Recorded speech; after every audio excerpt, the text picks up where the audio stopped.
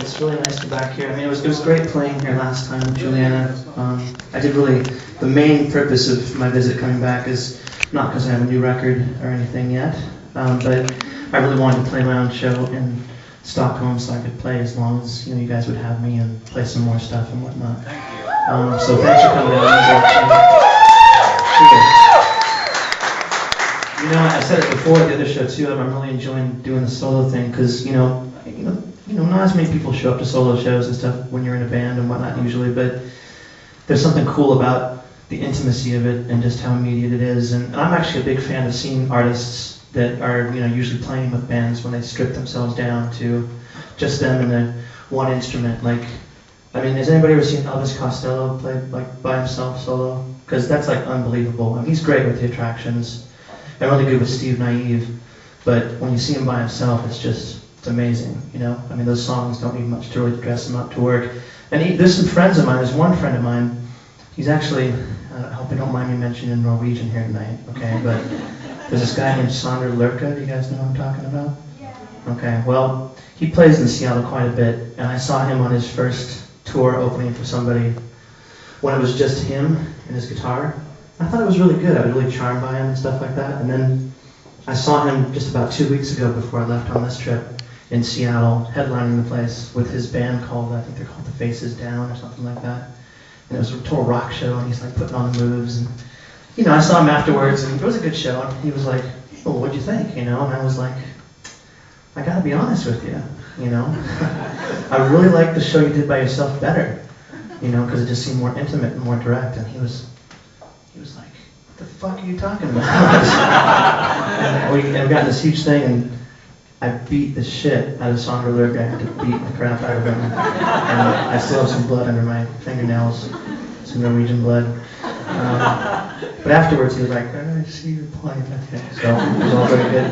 Anyways, I've told the whole thing before about if you're in a band, eventually you get sick of your band members too. It's just inevitable, because I know there's some people in bands here tonight, and I know that you know what I'm talking about, because no matter how much fun you have with each other, at some point one of you's going to do something to piss the other people in the band off, and it's going to, all the pent-up frustrations and passive-aggressive stuff will come out because you took the last beer from backstage or something, and suddenly you guys are like mortal enemies. So it's nice just to get to travel by myself and whatnot.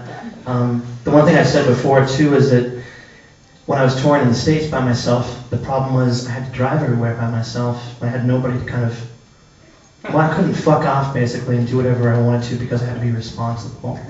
Now in Europe I can take trains and planes and whatnot, but in the States I was kind of forced by necessity to do the rental car thing, so I couldn't drink, which was a really big problem for me because I like to drink. And never had I so much to wish my bandmates were there to drive for me while I was, But leads me to the subject of my next song, which I'll get to really quickly. It's a song about an alcoholic ex-friend of mine. Told this story before. I'm sure you've heard it, some of you, but this lady who was a close friend for years, about this tall.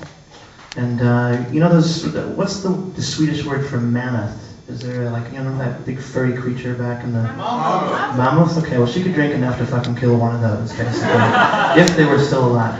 So, it's weird though, because she used to be such a good friend, and like many of you, I'm sure, she's now... We don't even talk to each other, and we spent many years together, and it's just kind of sad to me. So, people in the audience, do you have friends, or ex-friends like that? Is that fair to say? It happens, unfortunately.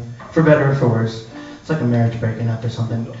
Anyways, I want to dedicate the song to her, and it's called Bottom of the Bottle.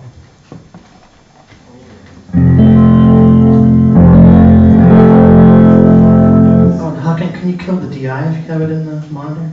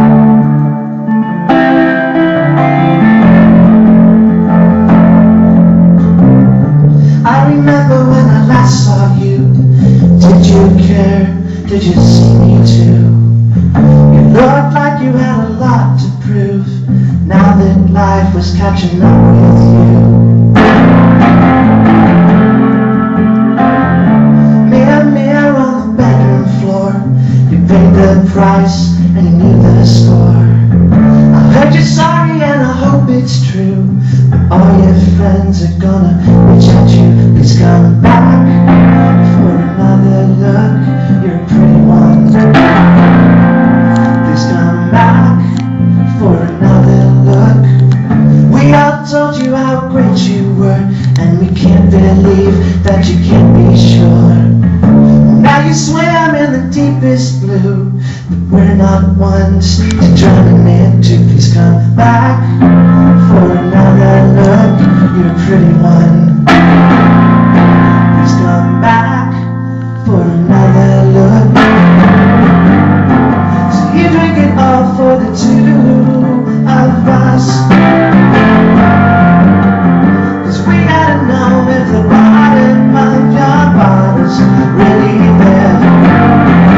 You drink it all, get a clue from us, then come back for another look. I heard you're sorry and I hope it's true, and all our friends are gonna be there for you. We wanna know what you're going through, and where you've been and what it's leading to. Well, could it be that we're less alive, killing ourselves just to barely survive? It doesn't matter if the words are true, if you don't want to hear what they say about you. So you drink it all for the two of us. 'Cause we gotta know if the bottom of your bottle's really there.